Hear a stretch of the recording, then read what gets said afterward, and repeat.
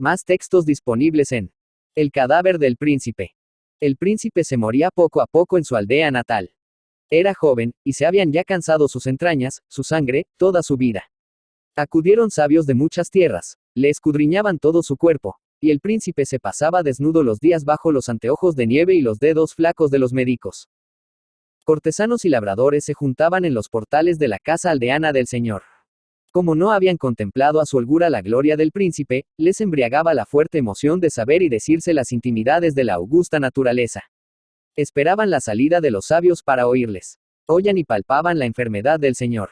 Cada médico era un trozo de carne o de visera de príncipe. Uno era el hígado, otro, el corazón, otro, los riñones, según de lo que cada uno dijese que sanaba.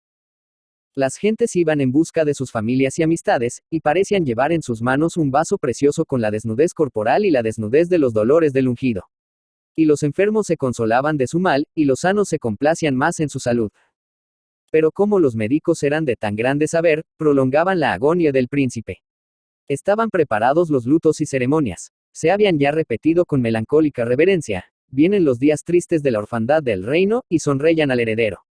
Solo faltaba que el príncipe muriese. Palatinos, generales, ministros, magistrados y próceres paseaban su tedio jerárquico por la sembradura, por el encinar, por los prados. No se explicaban el antojo de morir en una aldea. Es verdad que en ella había nacido el príncipe. Viniendo la princesa madre de otras comarcas, le llegó el parto en el camino aldeano. Después, quiso que su hijo conociese el humilde lugar y que lo amase sobre todos los lugares de su reino. Allí el príncipe, niño, comió las frutas más dulces y el pan más sabroso. Vio nacer corderos. Se torró de sol de los bancales. Se untó de vendimia. Sudo y se rasgó las galas y la carne buscando nidos en las quebradas de la sierra. Más que la rudeza de los juegos, enojaban a los ayos y pajes las villanas compañías de su señor. Su amigo predilecto era Gavilán, un átero de pastores que se comía las sierpes de agua, agarraba vivos a los zorros, se acostaba en los sepulcros, y un día se dejó apedrear de los lacayos sin removerse ni para enjugarse la sangre de una ceja rota. El príncipe lloró y le vendó la herida con su banda azul. Recordando su fortaleza y su júbilo de criatura rural, quiso también ser todo criatura en la muerte, delante de los campos. Pan, fruta, sol, fuentes y olor de años de infancia. Acostado lo traían a la reja de su alcoba. Huertos, caminos, ramblas, cuestas, viñedos, arboledas, todos los contornos resplandecían de magnificencias en un seguido tránsito y bureo de nobles, de criados, de cabalgaduras, de palafrenes y carrozas. La aldea y su paisaje se trocaban en feria y estrado de galañas aburridas. Pidió el príncipe que todos se volviesen a la corte, pero le respondieron que no habían de desampararle. Pidió que le trajesen a su amigo de antaño, pero le dijeron que Gavilán era el más indomable enemigo de sus leyes.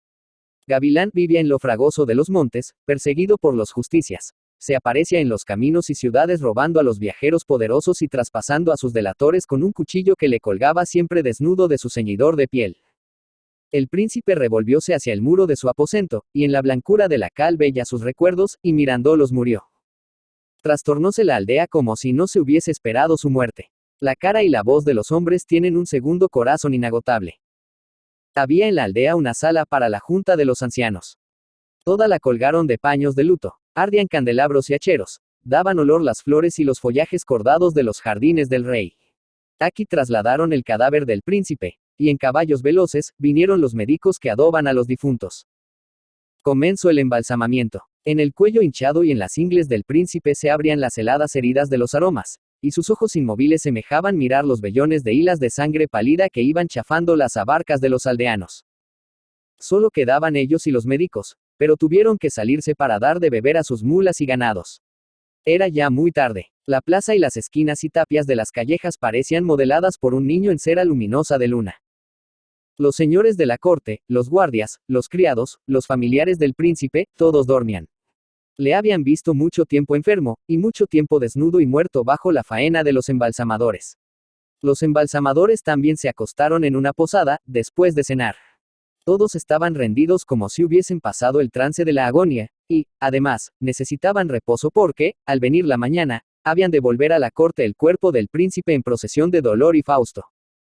La aldea respiraba buena y tranquila, y desde en medio del cielo la miraba la luna.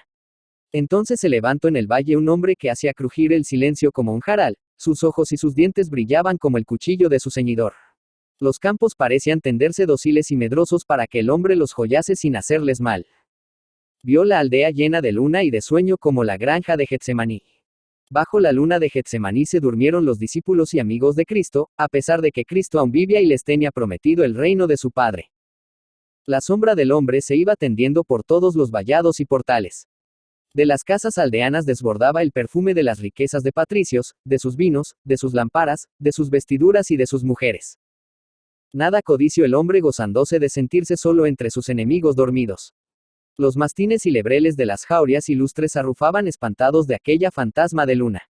Por encima de las cercas de los patios se alzaban las sabidas cabezas de los caballos de silla y de literas, y sus grandes ojos, en la noche clara, eran de agatas húmedas, y sus relinchos se sumergían temblando en los horizontes, y rebrotaban en los ecos como si se despeñasen potros enloquecidos.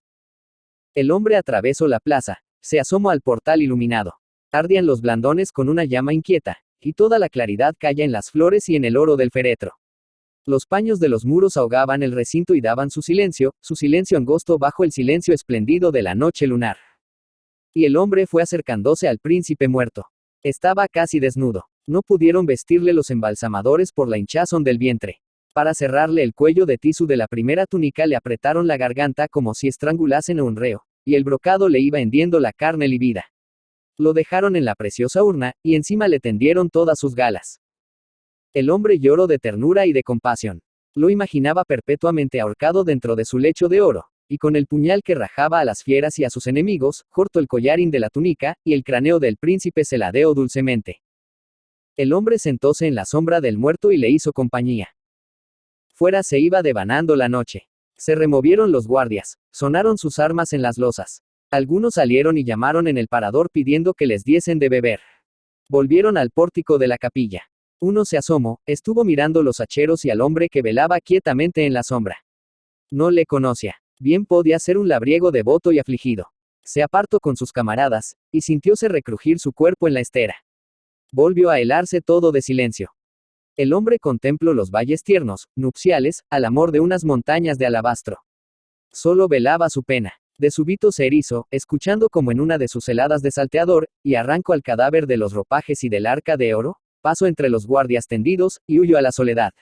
En sus hombros, el cuerpo desnudo del príncipe se llenaba de gloria de luna como la carne de mármol de un dios de las praderas. Asterisco asterisco asterisco. Cuando empezaba el alba, llamó el heredero al más válido de sus ministros, y calladamente acudieron a la capilla para que las gentes les encontrasen velando. Junto al féretro vacío se les apareció un hombre, en cuyo costado resplandecía de cirios la hoja de su puñal. Palidecieron de horror, y él les sonreía. Ya no está el príncipe. Es el único hurto que le he hecho, el de su cuerpo olvidado. Escuche en todas las puertas, en la tuya también, todos dormíais, menos yo. El heredero le pidió arrebatadamente el cadáver a Augusto. Yo os sentí dormir como a una piara cebada. El heredero le amenazó con gritar y despedazarle en el tormento, pero se lo decía humillando la voz, miedoso hasta de que los guardias despertasen. Gavilán sonreía, mostrando sus dientes de fiera joven. El heredero le ofreció de las riquezas heredadas, le prometió el perdón de todos sus crímenes a cambio del cuerpo del príncipe. Gavilán se quedó atendiendo el amanecer, y dijo: Tú podrás perdonarme, pero yo no te perdono. La aldea se va desperezando.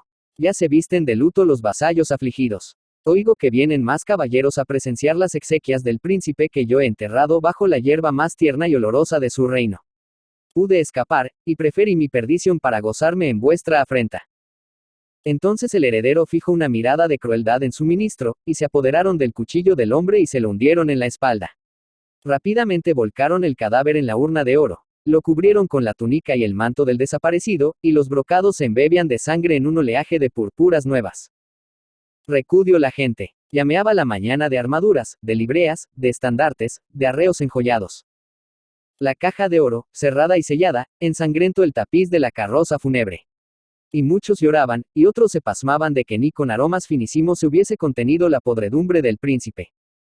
Pero los sabios, después de cavilar, explicaron el prodigio con solemne elocuencia, porque los sabios pueden explicarlo todo. Ya desbordaba el maravilloso cortejo por las cuestas. Los campos aparecían atónitos bajo el tránsito de los esplendores del dolor. En todas las encrucijadas y travesías del camino iban saliendo multitudes que reverenciaban y plañían a su príncipe. Salían prelados y abades, Sacaban insignias y banderas, salían músicas y lloros, y la inspiración descendió a la frente de los poetas del reino. Gabriel Miró. Gabriel Miró Ferrer, Alicante, 28 de julio de 1879, Madrid, 27 de mayo de 1931, fue un escritor español, encuadrado habitualmente en la llamada generación del 14 o el novecentismo. En 1911 le nombraron cronista de la provincia de Alicante. Desde 1914 anduvo empleado en la Diputación de Barcelona, donde se traslada a vivir. Allí dirigió una enciclopedia sagrada para la editorial catalana Becci y Ramos, proyecto que no se llegó a concluir pero que le satisfizo íntimamente, y entre 1914 y 1920 colaboró en la prensa barcelonesa, Diario de Barcelona, La Vanguardia y La Publicidad. Conoce allí al editor de muchas de sus novelas, Domenech. Se trasladó a Madrid al ser nombrado en 1920 funcionario del Ministerio de Instrucción Pública y allí permaneció los últimos 10 años de su vida. En 1921 era secretario de los concursos nacionales de ese mismo ministerio. En 1925 ganó el premio Mariano de Cavia por su artículo, Huerto de Cruces, y en 1927 es propuesto para la Real Academia Española, pero no fue elegido, quizá por el escándalo levantado ante su novela El obispo leproso, considerada anticlerical. La mayor parte de la crítica considera que la etapa de madurez literaria de Gabriel Miró se inicia con Las cerezas del cementerio, 1910, cuya trama desarrolla el trágico amor del hipersensible joven Félix Valdivia por una mujer mayor, Beatriz, y presenta, en una atmósfera de voluptuosidad y de intimismo lírico, los temas del erotismo, la enfermedad y la muerte.